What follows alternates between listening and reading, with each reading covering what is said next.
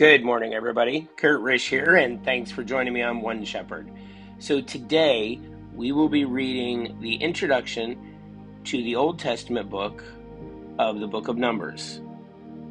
The Book of Numbers describes the events right before the Israelites entered the Promised Land. Similar to the tension-filled days before a great battle or election day, these events reveal the Israelites' restlessness and impatience, but also the anticipation of what God would do. The Israelites made grave mistakes during this crucial period, and God disciplined them. But through his discipline and instruction, God trained the Israelites not only to worship him, but to trust in him for the ultimate victory. The long list of numbers and names in Numbers discourage many readers. However, these must be viewed as the ancient Israelites viewed them. The lists were the final roll call before the battle. They prompted praise to God for his faithfulness to the Israelites. He had protected them and multiplied their numbers, even in the middle of a barren wilderness. The Book of Numbers is the fourth of the first 5 books of the Old Testament, the Pentateuch.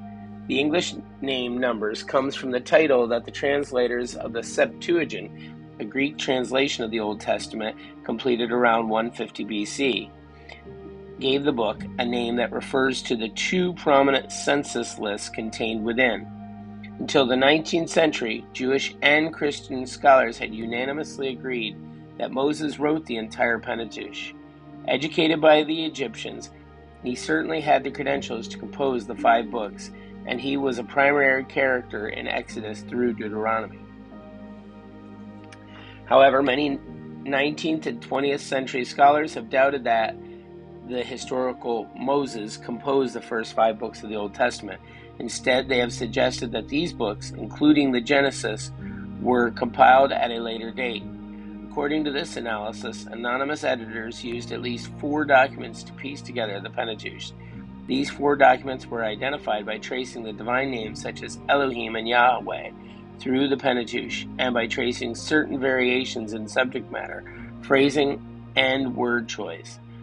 The 4 documents are called the J document, which uses the name Yahweh for God, the E document, which uses the name Elohim for God, and the P or priestly document, and the D or Deuteronomic document. More recently, this dissection of the Pentateuch has been challenged, and no real consensus has emerged from the ensuing scholarly debate. On the other hand, most evangelical writers have insisted on Moses' authorship and compilation of the Pentateuch. Given the long sojourn of the Israelites in the wilderness, Moses would certainly have had time to compile the materials and write most of the books.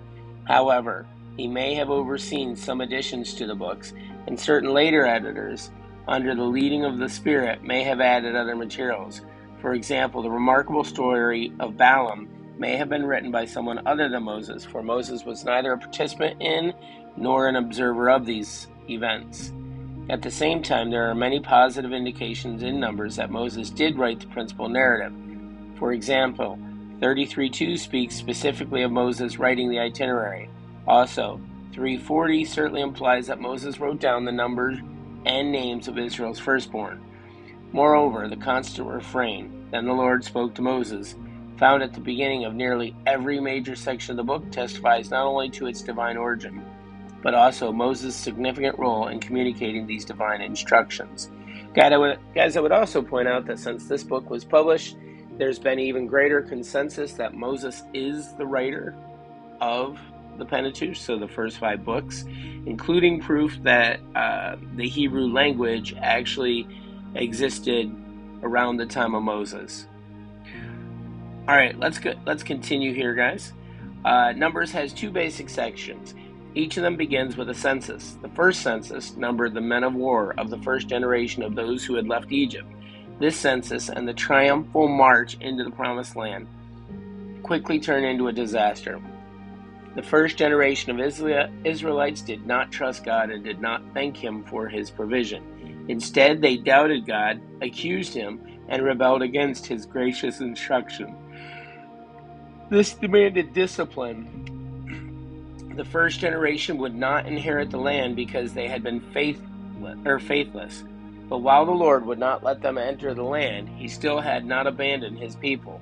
He allowed these rebellious people to live out their lives in the wilderness. Further, he graciously continued to instruct them in his ways and how they could prepare their sons and daughters to enter the land.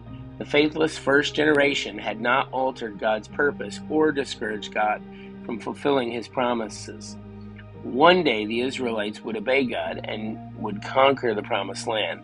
After 40 years of wandering in the wilderness, the second census numbered the men of war of the second generation. Finally, they were prepared to do what their parents had failed to do.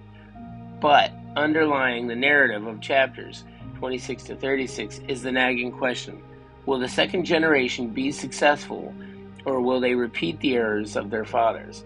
The book ends with a positive expectation. The second generation would succeed. The people of God would inherit the promise of the land of Canaan at last. Perhaps the clearest portrait of Christ in the book of Numbers is the incident of the bronze serpent on a pole, Numbers 21. According to that, a number of Israelites were bitten by serpents in the desert. God instructed Moses to fashion a bronze serpent on a pole and lift it high. All who looked at the serpent in faith recovered. Here we have a stunning picture of the crucifixion. As Moses lifted up the serpent in the wilderness, even so must the Son of Man be lifted up. And that's another type of Christ in Numbers was the rock that miraculously poured out water to quench the thirst of the multitudes. They drank of that spiritual rock that followed them, and that rock was Christ. The miracle of the manna also pictures Jesus, the self-described bread of life, who came down from heaven centuries later. At one point in Numbers, the ungodly prophet Balaam exclaims, "I see him, but not now. I behold him, but not near. A star shall come out of Jacob. A scepter shall rise out of Israel. A batter the brow of Moab, and destroy all the sons of tumult." Balaam was foreseeing the coming kingdom of God's Messiah.